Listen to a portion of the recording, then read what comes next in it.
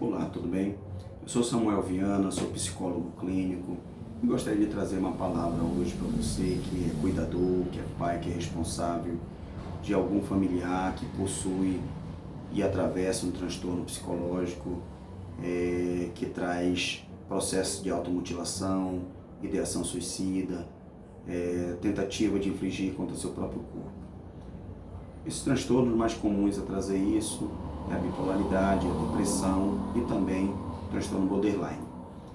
Quando um paciente chega com essas condições diante de um terapeuta, o que a família espera é que essa pessoa receba de imediato um acolhimento, um tratamento e dentro de algumas semanas ela comece a esboçar modificação de comportamento, entendeu? E que sejam visíveis que está fazendo efeito o seu trabalho, o trabalho do terapeuta. Porém, é muito difícil para um terapeuta chegar no início desse processo, chegar a contornar essa situação e modificar as habilidades sociais desse paciente. Porque quando esse paciente chega, o maior problema dele não são as suas habilidades sociais. Não é o horário que ele acorda, não é se ele tem atividades físicas ou não é se ele coopera ou não com os afazeres da casa. A prioridade desse terapeuta é preservar a vida desse paciente, porque se ele intenta contra si mesmo, se ele tem ideações suicidas, então ele é um perigo a si próprio. E sendo ele um perigo a si próprio, esse terapeuta vai fazer de tudo para tentar resguardar a vida desse paciente dentro da sua técnica, dentro do seu método de trabalho. E isso muitas das vezes não será percebido pela família. Aqueles que são construtores, eles vão saber que para construir uma casa precisa fazer fundação. Mas ninguém valoriza a fundação. Ninguém acha bonito, ninguém percebe, ninguém gosta dela, apesar dela ter um custo significativo, entendeu? Para quem constrói, mas ela tem uma importância extraordinária, porque é impossível manter um edifício sem uma fundação. Por mais que você o construa sem fundação, quando chegar às intempéries da vida, esse edifício irá cair por terra. E jamais um terapeuta ele vai começar a construir uma edificação sem lançar mão da sua fundação. E quando alguém chega no seu consultório, quando alguém chega no seu set terapêutico e apresenta sintomas e questões relacionadas ao suicídio, este sim será o tema principal do seu trabalho. Ele lançará a fundação para tratar essa questão e tentar a todo custo preservar a vida desse paciente. E diante disso, algumas coisas vão ficar para depois.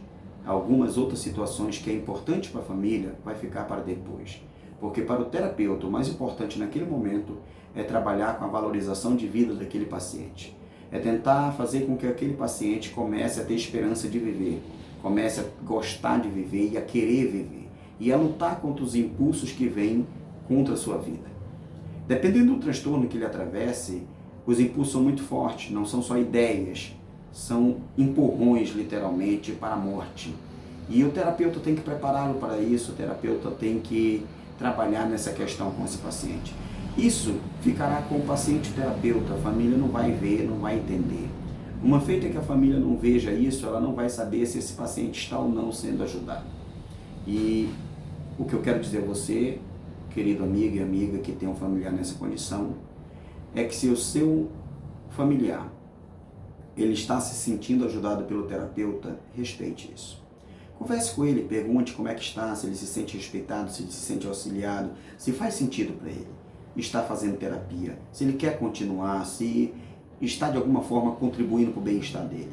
E se ele concordar com você, se ele disser a você que está contribuindo, que está fazendo bem, respeite isso. Não tente julgar o trabalho que o terapeuta está fazendo, não menospreze o trabalho dele porque você ainda vê comportamentos que você julga errado no seu ente querido.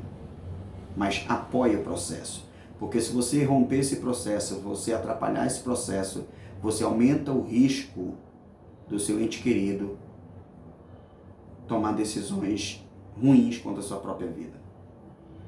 Você pode servir de gatilho, uma atitude dessa pode servir de gatilho para uma grande crise, essa crise levar a sequelas irreparáveis. Então, não olhe somente pela aparência. Converse com seu ente querido, procure saber como está, procure saber se tem feito sentido, apoie, não só financeiramente pagando, mas demonstrando acreditar nessa pessoa, demonstrando o seu apoio a ela, afetivamente, financeiramente e de todas as formas. E essa pessoa se sentirá mais fortalecida, mais encorajada e lutará contra toda e qualquer situação que possa estar tentando tirar a sua vida. A grande questão desse processo é que isso não é um processo tão rápido. Há transtornos mais difíceis que outros para se obter respostas visivelmente compreendidas pela sociedade.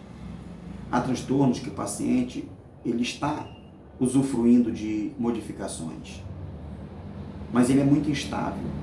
Ele está mudando, ele está querendo viver, ele já está desejando a vida, ele já está enfrentando seus medos, mas ele é muito instável emocionalmente. E quando o seu mundo emocional é abalado, então as crises retornam de forma impetuosa e pode desencadear numa situação muito trágica.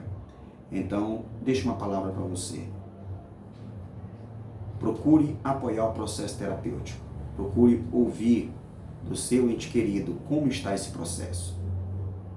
E se estiver bom, se estiver fazendo sentido para ele, mantenha o apoio. Não interrompa, não atrapalhe, não julgue, não censure o trabalho que você não tem conhecimento de como está sendo feito. Tá bom? Muito obrigado, boa tarde. Fique com Deus.